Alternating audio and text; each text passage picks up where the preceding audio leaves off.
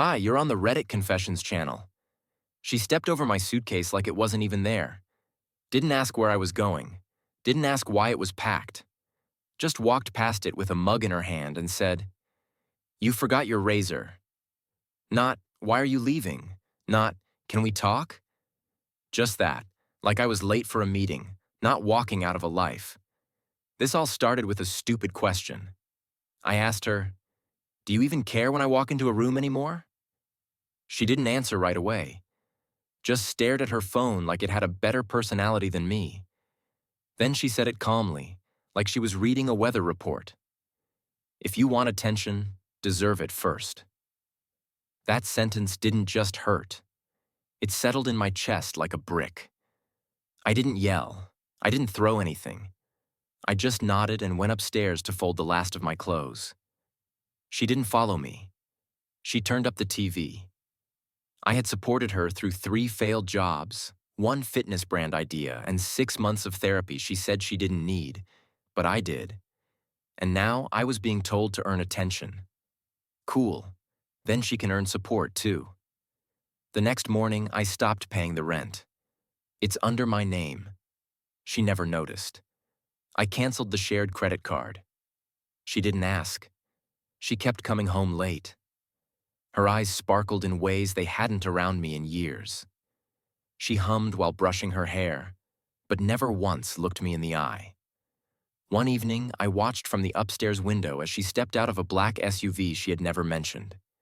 She stood at the curb, smiled back into the car, and waved. That smile, it wasn't for me. It hadn't been for a long time. So I did something I hadn't done in years. I followed her, not far, just 2 blocks down.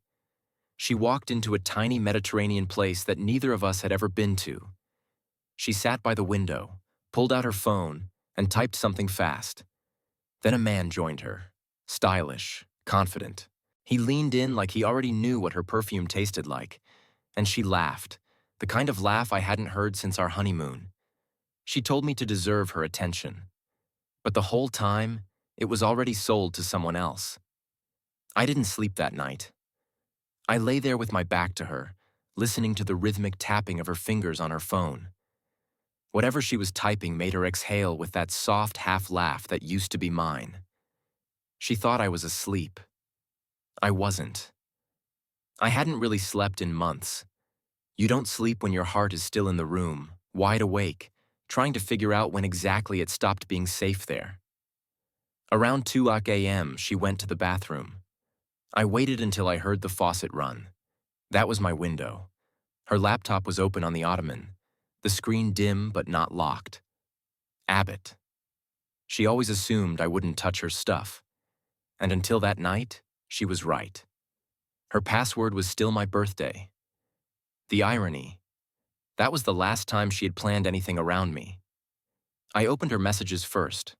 I didn't recognize the name. Nathan R. No hearts, no saved pictures. Clean. But there it was, a digital trail of inside jokes, late-night check-ins, and coded plans. "Tell him you're working this Saturday. Wear that black one. You know what it does to me. You looked incredible tonight. Still taste you." I stared at those words like they were carved into stone. I wasn't even shocked. What hit me more was how normal it seemed for her, like she had an entire world she kept warm while I was freezing on the other side of the door. The faucet turned off.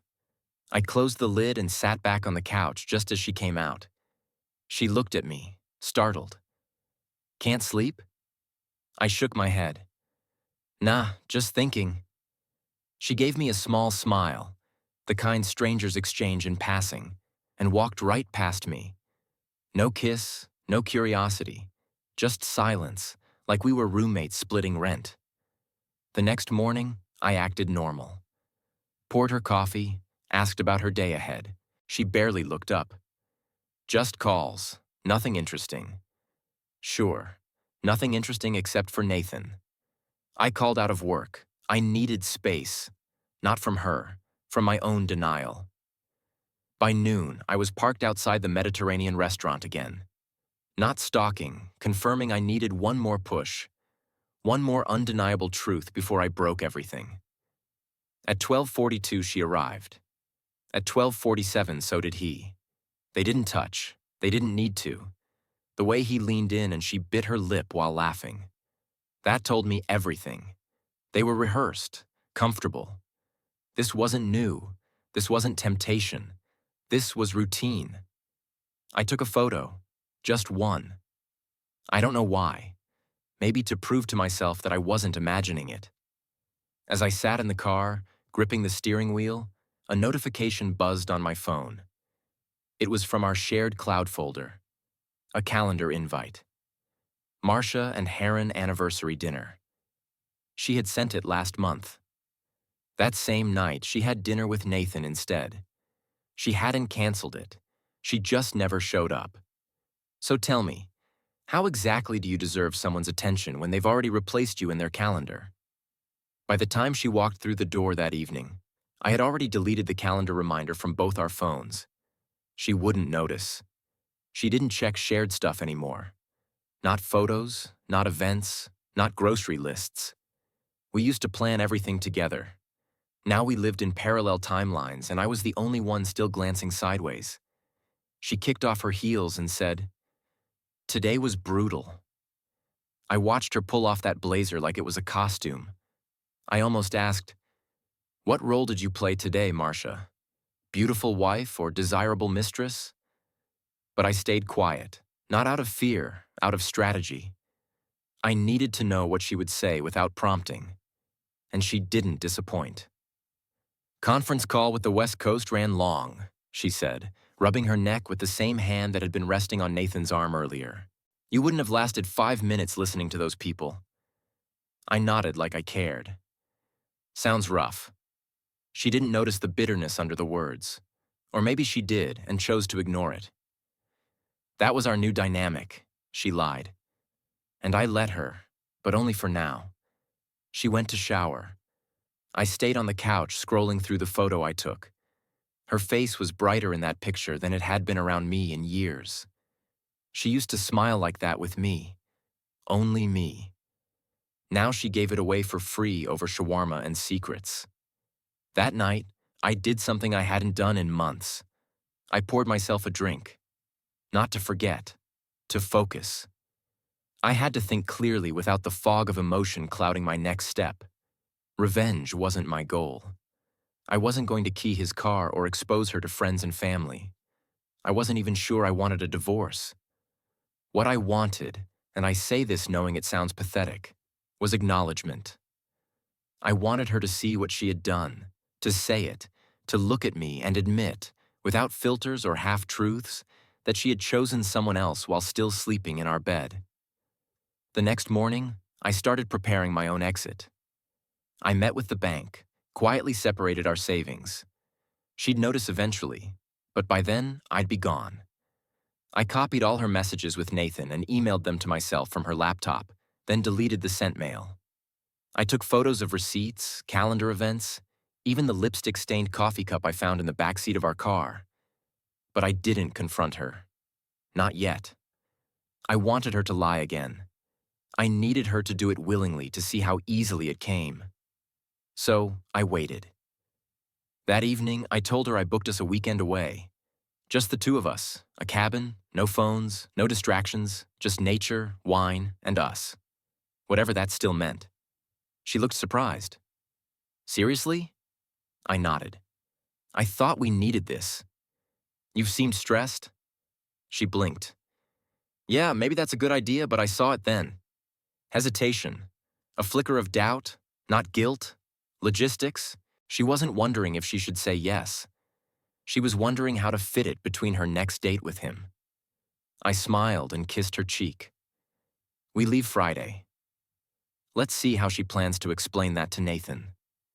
The night before the trip, she packed in silence. Normally, she'd throw clothes into her suitcase like a teenager running late for school. But this time, she was methodical, deliberate. She kept checking her phone quickly, locking it when I walked past. I counted the taps. 3. Same pattern. That's how she silenced notifications.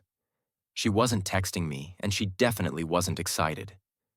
When we hit the road the next morning, she was different. Overly polite, a bit too cheerful. She played a playlist she hadn't touched in years, our old road trip songs, back when we used to laugh over fast food wrappers and argue over gas station snacks. Now it felt like she was performing a memory, not living it. The cabin was 2 hours away, nestled in a pine-scented pocket of nowhere.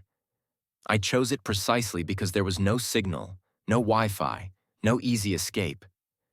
When we pulled up, she looked around and said, "Wow, it's quiet." "Yeah," I replied. "That's the point." The first few hours were normal enough. We unpacked, ate, sat by the fireplace. She brought a book she didn't open. I brought questions I didn't ask. Yet that evening, I poured wine and handed her a glass. She accepted it with a tight smile. I could feel the unease in her shoulders, the restless tapping of her foot against the rug. She wasn't relaxed. She was calculating. "Everything okay?" I asked, watching her closely. She hesitated. "Yeah, just work stress, I guess. Being unplugged is weird." I tilted my head. "No one's expecting you tonight." She froze for a split second so fast the average husband would have missed it. But I wasn't average anymore. I was watching every detail. She forced a laugh. "No, why would anyone expect me?" I let the silence hang before casually replying. "I just figured someone might wonder where you are, like your boss or Nathan." Her entire body stiffened. She didn't move, didn't blink, just stared at me with a look I hadn't seen in years. Pure, raw panic. "Who?" she whispered. I leaned back in my chair, sipped my wine, and said nothing. She stood up slowly, setting her glass down with shaking fingers. "Heron, what are you talking about?" Now it was my turn to perform. I gave her the same hollow smile she'd been handing me for months. "Nothing. Just a name that popped up when I was fixing your laptop. Maybe an email or a dinner reservation. Funny how your digital trail tells a better story than you do." She didn't deny it. She didn't even try. Instead, she said the one thing I wasn't prepared for. "You weren't supposed to find out like this." I laughed genuinely. Oh, there was a better way to discover my wife's got a second life. Her eyes welled up, but it wasn't regret. It was fear. Not of losing me, but of losing the control she thought she had. "I was going to tell you. I just didn't know how." "No, you didn't want to," I said. "Big difference." She sank into the couch, covering her face. For the first time, she looked like the one without the plan. I sat across from her, elbows on my knees. "You told me to deserve your attention. Well, here we are. Earn my forgiveness." She didn't say a word because she couldn't. She spent the night curled up on the far edge of the bed, facing the wall like it offered her an escape. I didn't touch her. I didn't speak. I just stared at the ceiling, wondering how many nights I'd shared a bed with a stranger who'd memorized all my vulnerabilities. She used to ask me what scared me most. Back then, I said, "Losing you?" I think she liked that answer. It gave her something to dangle. In the morning, she acted like the night before hadn't happened. She made coffee like always, except this time she didn't bring me a cup. I didn't ask for one either. I just watched her, the slight tremble in her hands, the way she avoided eye contact, the silence that wasn't peaceful anymore, just hollow. When I sat across from her at the little pinewood table, she finally broke. "What do you want me to say, Harlan? That I messed up? That I'm a terrible person?" I didn't answer. "Not yet," she continued, her voice cracking in places she probably didn't expect. "I didn't plan it. Okay, I was lonely. You were always just there, like wallpaper, reliable, predictable, and I needed to feel something again." There it was. The truth dressed up in self-pity. Not an apology, not remorse, just justification. And all I could do was nod like I understood. Maybe I did, but understanding doesn't mean excusing. I reached into my jacket and slid a small envelope across the table. She stared at it, hesitant, like it might burn her fingers. "What's this?" "Open it." Inside were printed screenshots, messages, restaurant bills, a calendar invite with the words "Trip with N" highlighted. Her face went pale as she flipped through each one. "You've been tracking me?" She snapped, her voice sharp, now defensive. "No, I've been paying attention, which is what you told me to do, right? Deserve your attention first." I did that, and this is what I got. She stood up, the chair scraping the floor hard. "You invaded my privacy." I couldn't help but laugh at that. "Your privacy? You lost the right to call it that the moment you turned our marriage into a cover story." She looked ready to scream, but instead, she stormed out of the cabin, slamming the door so hard it rattled the windows. I didn't follow her. I wanted her to sit with it. The cold, the woods, the echo of her own footsteps. 20 minutes later, she came back in, quiet, shaken. "You've shown all of this to someone?" she asked, her voice smaller than I'd ever heard it. "Not yet." Tears welled in her eyes. But again, they weren't for me. They were for her reputation, her comfort, her double life that now hung by a thread I held. "So, what happens now?" she whispered. I stood up, grabbed my bag, and tossed her phone on the table. "What happens now? That depends on you. You've got until we get home to decide what truth you're ready to live with and which version of yourself you're ready to face." She didn't move, just stared at her reflection in the darkened screen of her phone. Like she didn't recognize the woman looking back. The drive back was dead silent. She didn't even try to break it. She just stared out the passenger window with her arms crossed like a teenager being forced home from summer camp. I could feel her breathing heavier each time my phone buzzed in the cup holder. But she never asked who it was. She already knew it wasn't Nathan. It was never Nathan. I hadn't reached out to him yet.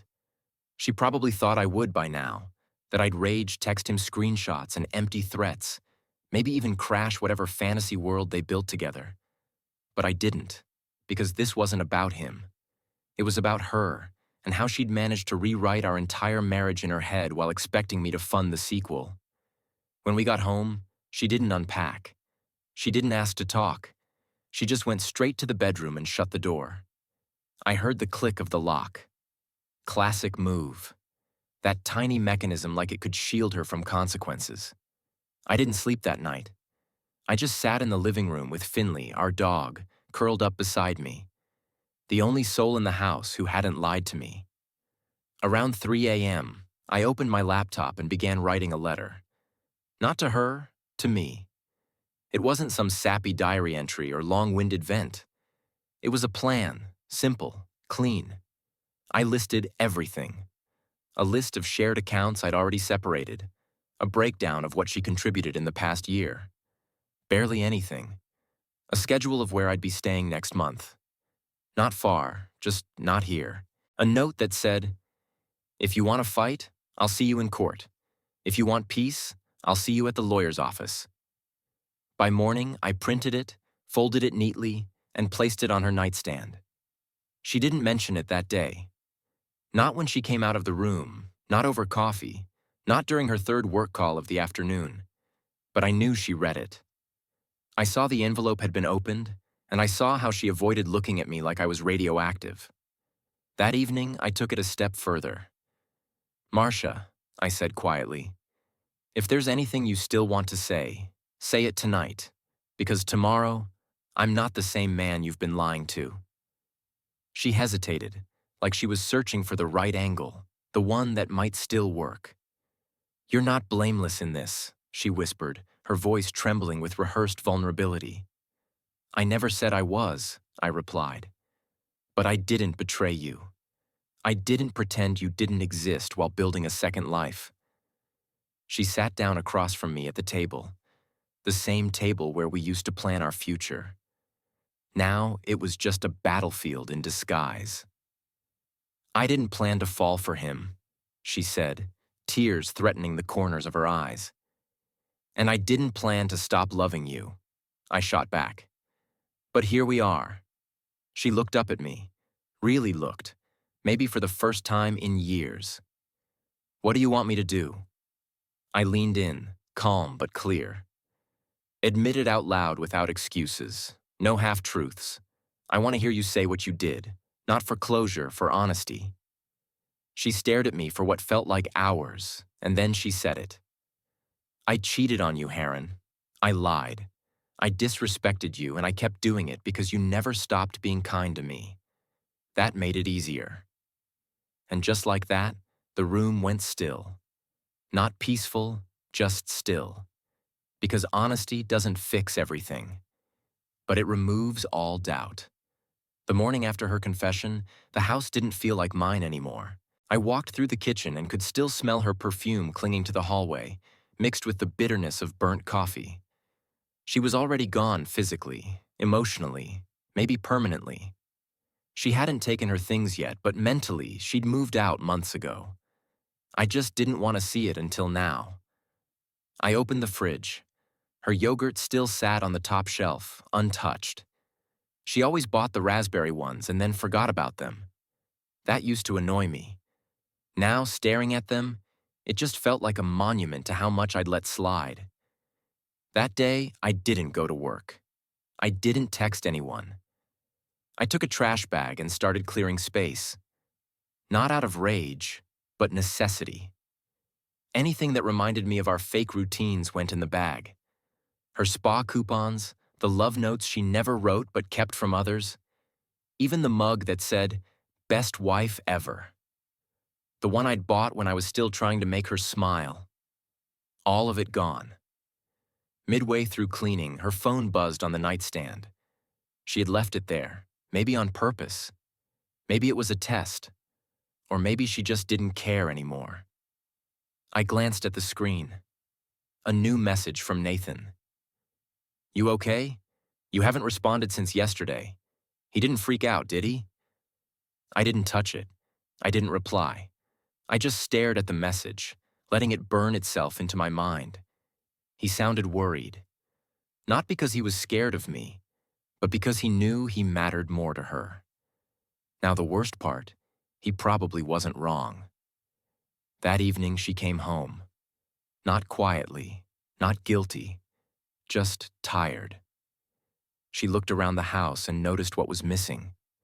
Her framed quotes, her scented candles, the little decorative bowl where she used to dump her jewelry. She turned to me, confused. "You cleaned?" she asked, almost like it was an accusation. I reset. I replied flatly. She paused. "I didn't think you'd actually go through with it." I tilted my head. "You said I was wallpaper. Guess I peeled off." She sighed and sat down. "So what happens now? Do you want to end it? Like officially?" I took a long breath. "No, I don't want to end it. I want you to." Her face contorted. "What?" "I want you to decide what you're willing to lose. Because I already know what I lost. I lost the version of you who used to choose me. Now you choose secrecy. You choose him. So go ahead, choose again. But this time, no, there's no do-over." She didn't respond. She just sat there, blinking like someone who realized the door they kept open had quietly closed behind them. I stood, picked up my bag, and said just one more thing before walking out. "By the way, he messaged you. I didn't read it, but I hope whatever he wrote was worth the wreckage." As I stepped outside, the night air hit different. It didn't feel like freedom. Not yet. Felt like silence. But for once, it was mine. 3 days later, the house was still too quiet, but in a different way.